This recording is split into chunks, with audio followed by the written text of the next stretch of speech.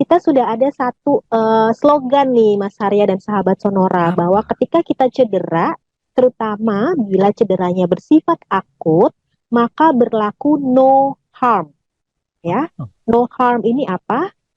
Tidak boleh hanya untuk heat, tidak boleh dipanaskan, oke? Okay? Terus kemudian HARM ya, tidak mm-mm. boleh tidak boleh dipanaskan, tidak boleh minum alkohol karena minum alkohol itu dapat memperlama waktu penyembuhan. Yang kemudian yang ketiga itu adalah tidak boleh dimasaj ya, dan Hmm. juga kita lakukan referral atau kita kirim kepada yang berkompeten untuk menangani tersebut gitu.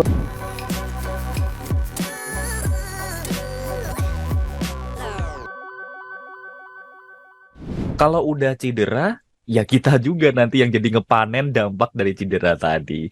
Dokter Dini, biasanya orang Indonesia gitu ya, sebenarnya pijet itu enak ya gitu kan. Tapi terkadang orang Indonesia tuh apa-apa kalau udah berkaitan sama cedera lah atau apa, larinya ke pijet. Ini bisa disebutkan dengan satu kata dokter. Bener atau enggak sih apa-apa langsung larinya ke pijet?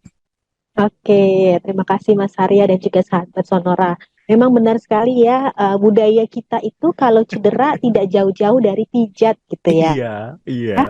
Nah, jadi sebenarnya kita sudah ada satu slogan nih Mas Arya dan sahabat Sonora bahwa Apa? ketika kita cedera, terutama bila cederanya bersifat akut, maka berlaku no harm ya. Oh. No harm ini apa? Tidak boleh hanya untuk heat, tidak boleh dipanaskan, oke? Okay? Terus kemudian HARM ya, tidak Mm-mm. boleh tidak boleh dipanaskan, tidak boleh minum alkohol karena minum alkohol itu dapat memperlama waktu penyembuhan.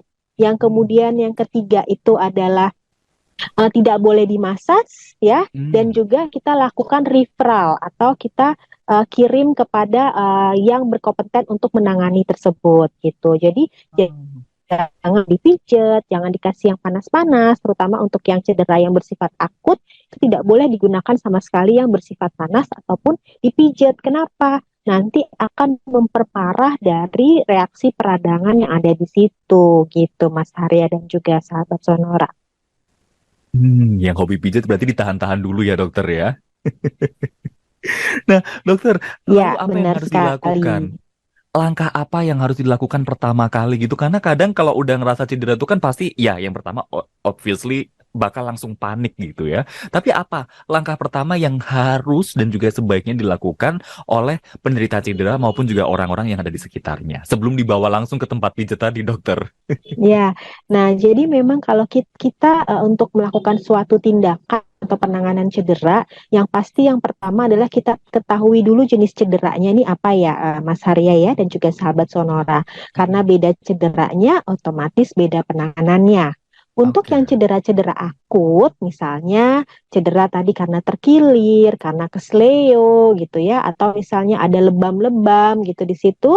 Nah, maka berlakulah suatu metode-metode seperti yang saya sebutkan ini. Yang pertama adalah RICE, Ah. rest, ice, compression, and elevations. Jadi untuk area yang cedera kita istirahatkan, kemudian kita kompres dengan es ataupun handuk dingin, kita bebat, dan yang terakhir kita letakkan area yang cedera tersebut agak lebih tinggi sedikit dari jantung supaya peredaran darah kembali ke jantungnya lebih lancar. Nah, Hmm. kemudian dari metode RICE ini mengalami beberapa evolusi nih. Jadi nanti ada RICE, ada PRICE, ada PRICER, ada POLIS yang sebenarnya mereka sama bahwa ketika kita cedera akut, maka kita harus tadi kalau PRICE atau PRICER atau POLIS yang pertama memproteksi dulu, diproteksi area yang cedera. Kemudian tetap diistirahatkan, dikompres es atau diberikan terapi-terapi yang sifatnya dingin, dibebat, kemudian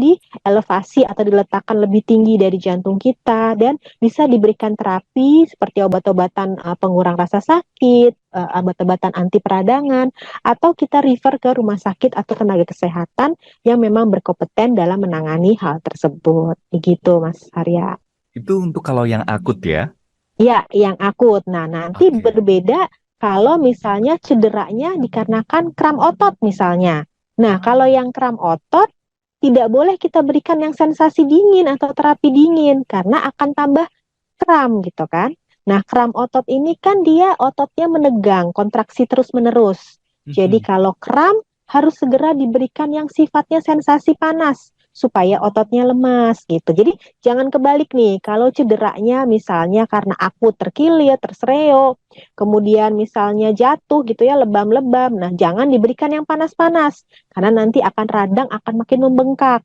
Nah, nanti Oke. kalau yang kram otot jangan dikasih yang dingin-dingin, tapi berikan yang sifatnya sensasi panas gitu. Jadi harus tahu nih kapan memberikan suatu terapi yang bersifat terapi dingin atau sensasi dingin dan kapan kita bisa berikan suatu terapi yang sifatnya sensasi panas atau terapi panas.